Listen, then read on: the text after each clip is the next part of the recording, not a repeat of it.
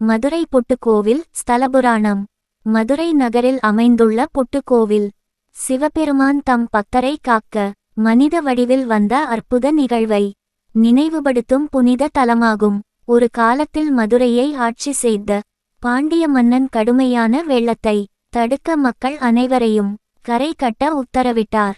அப்போது ஒரு ஏழை மூதாட்டி தினமும் சிவனுக்கு புட்டு செய்து விற்று வாழ்ந்து வந்தார்.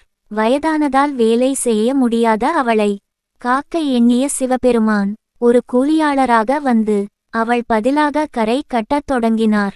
ஆனால் சிவன் வேலை செய்யாமல் புட்டை சாப்பிட்டு கொண்டே இருந்ததால் மன்னன் கோபமடைந்து அவரை தண்டிக்க முயன்றான். அந்த நிமிடம் சிவபெருமான் தன் தெய்வீக ரூபத்தை வெளிப்படுத்த மதுரை முழுவதும் நடுங்கியது.